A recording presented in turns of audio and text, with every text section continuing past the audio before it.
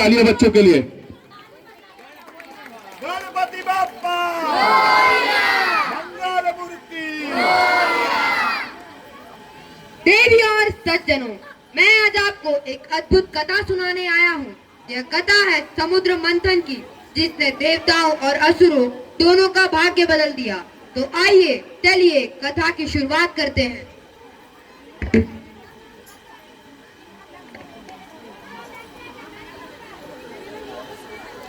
भैया आपका Bluetooth connect है? Okay okay, done done done. हो गया मामा। नारायण, अरे स्वर्गलोक में इतनी उदासी क्यों है?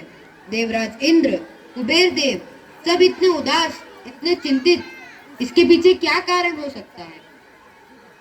हे देवताओं, महर्षि दुर्वासा के शाप के कारण हमारा स्वर्ग श्रीहीन हो गया है। धन वैभव और ऐश्वर्य सब हमसे दूर चले गए हैं। हम शक्तिहीन हो गए हैं।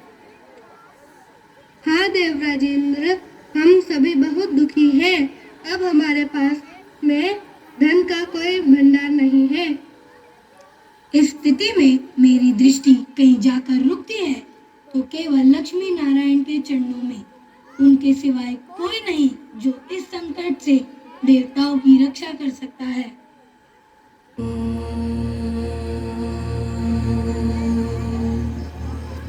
नमो नारायणाय।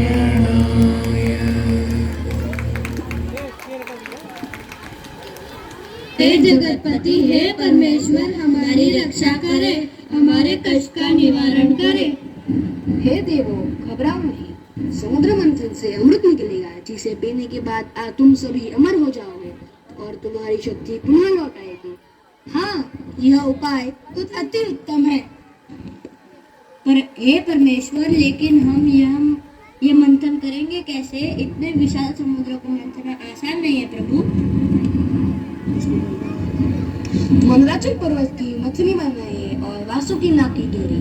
लेकिन याद रखिए, डोरी को खींचने के लिए 2 दलों की आवश्यकता होगी। लेकिन ध्यान रहे, यह कार्य सरल नहीं है। इसके लिए धैर्य, शक्ति और सहयोग की आवश्यकता होगी। के कारण अकेले देवताओं से समुद्र मंथन संभव नहीं था, इसलिए उन्होंने राजा बलि की सहायता ली।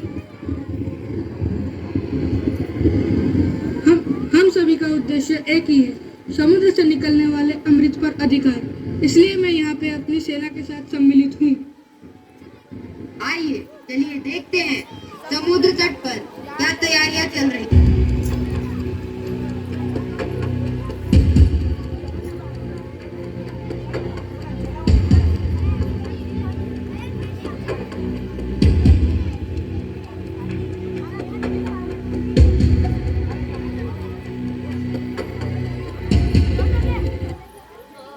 और असुर मिलकर मुझे मथने चले हैं। क्या यह कार्य इतना आसान है? हे समुद्र देव, हम आपको कष्ट नहीं देना चाहते। हम तो बस अमृत प्राप्त करना चाहते हैं। हम भी बलशाली हैं, हम भी तपस्वी हैं। जो परिश्रम करेगा अमृत उसी का होगा। लेकिन स्मरण रहे, समुद्र मंथन से सिर्फ अमृत ही नहीं, और भी वस्तुएं निकलेंगी। और भी आप सभी धैर्य रखिए। समुद्र मंथन से जो भी निकलेगा वो सब में बटेगा।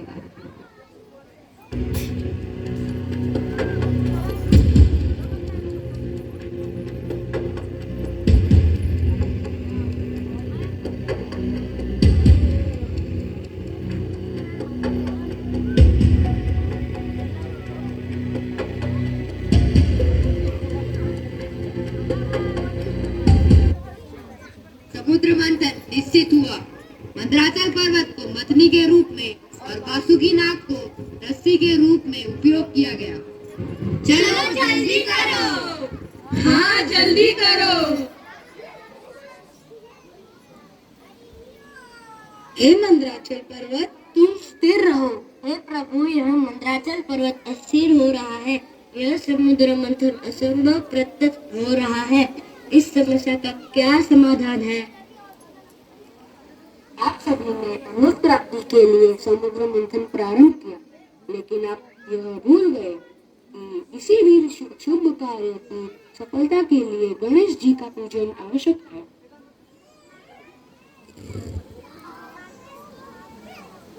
नमो नमो गणाधीशाय नमो नमः, नमो नमो गजाननाय नमो नमः, नमो नमो गणाधीशाय नमो नमः, नमो नमो गजाननाय नमो नमः।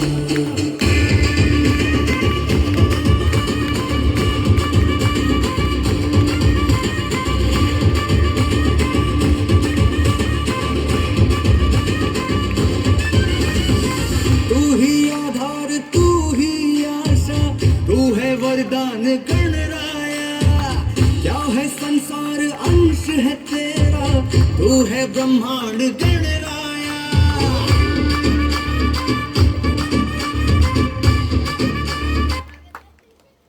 हे गणपति, हे लंबोदर, हे वरदायक, हे विघ्नहर्ता, हमारे पूजन से आप प्रसन्न हो और हमारे कार्य में सफलता प्राप्त हो, यही हमारी आपसे विनती है। मैं आप सभी से प्रसन्न हूँ, आपका कार्य निर्विघ्न पूर्ण हो। तू ही आधार तू ही आशा, तू है वरदान गणराया। हे दिव्यराजेंद्र, आप चिंतित न हो, मैं धरती और जीवन का पालक हूँ। धरती और जीवन की रक्षा करना मेरा कर्तव्य है। मैं कूर्म अवतार लूंगा, नीलाचल पर्वत को अपनी पीठ पर धारण करूंगा। इस प्रकार भगवान श्री हरि विष्णु ने जगत कल्याण के लिए और देवताओं की रक्षा के लिए कूर्म अवतार लिया। बोलो जगतपति श्री हरि नारायण की जय, लक्ष्मीपति नारायण की जय। एक बार पुनः समुद्र मंथन प्रारंभ हुआ, लेकिन यहाँ क्या?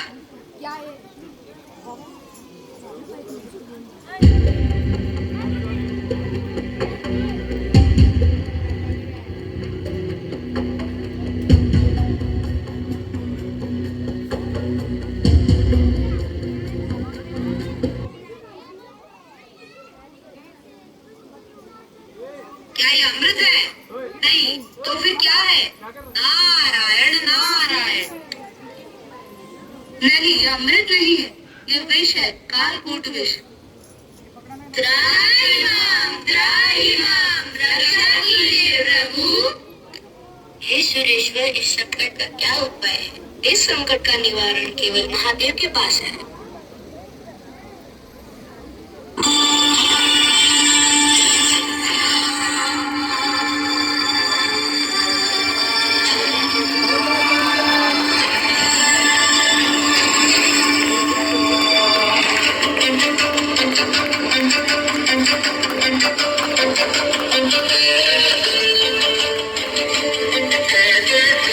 तालियां बजाइए, तालियां कम से कम।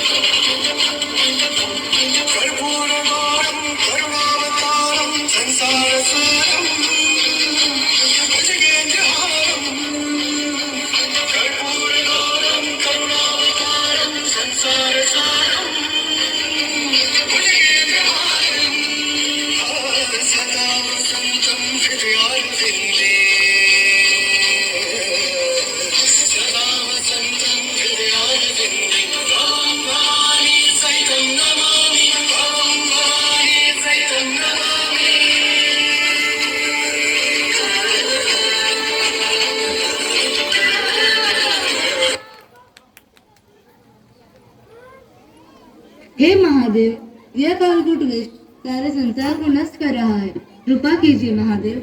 हम सब आपसे यह विनती करते हैं, हे महादेव, कृपा कर इसे रोकें। जगत कल्याण के लिए कालकूट विष का मार्ग मुझे रोकना होगा। यह कार्य मैं अवश्य करूंगा, आप सभी चिंता ना करें।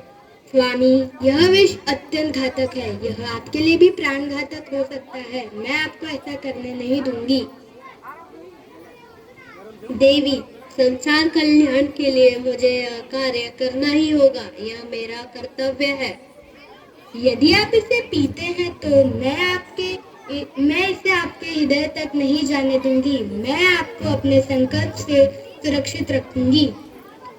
अब यह विष आपके कंठ में ही रहेगा। सारा संसार आपको नीलकंठ के नाम से ही जानेगा।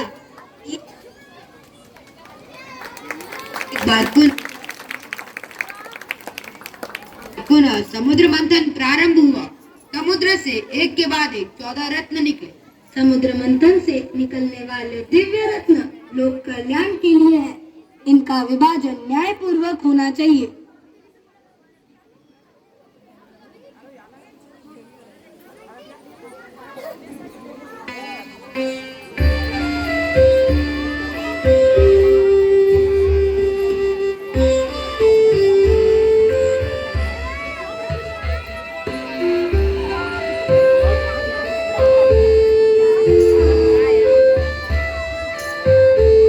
कामधेनु गाय हूँ। मैं एक दिव्य गाय हूँ। मैं सभी इच्छाएं पूरी करती हूँ। मुझे वशिष्ठ ऋषि को सौंपा गया।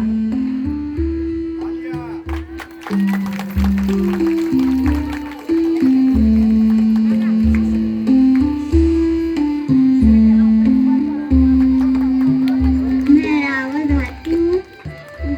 मैं शक्तिशाली चार मुँह वाला हाथी हूँ जो देवताओं के राजा इंद्र ने ग्रहण किया।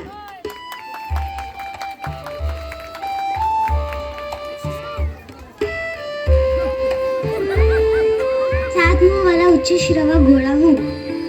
भगवान श्री कृष्ण ने गीता में कहा है, अश्वों में मैं उच्च श्रवा हूँ। मुझे राजा बलि ने रखा।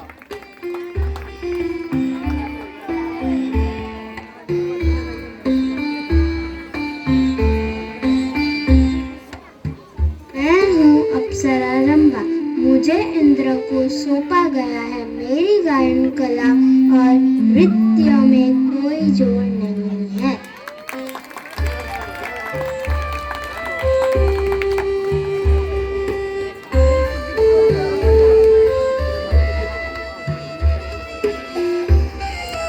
मैं हूँ धन समृद्धि की देवी लक्ष्मी।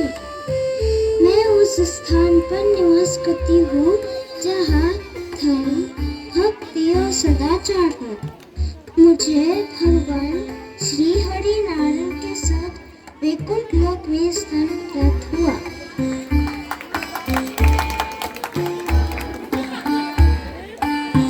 मैं चंद्रमा हूँ और शीतल प्रकाश का ग्रह हूँ। मुझे भगवान शिव ने अपने जटाओं में धारण किया है।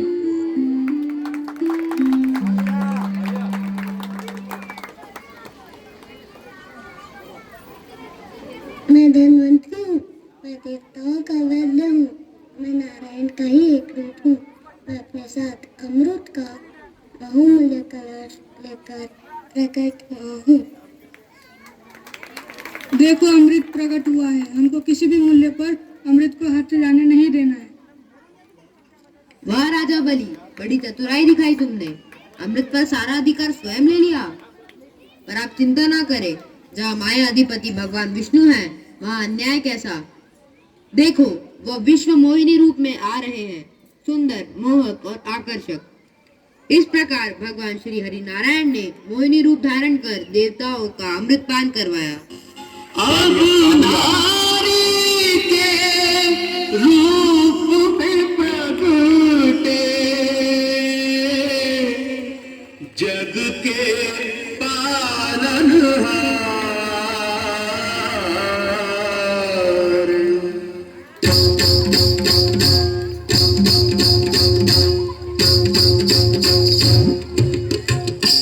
देखो आज लियो हरि रूप मोहनिया, आज लियो हरि रूप मोहनिया, जो इस जग को नाच नचाए, जो इस जग को नाच नचाए।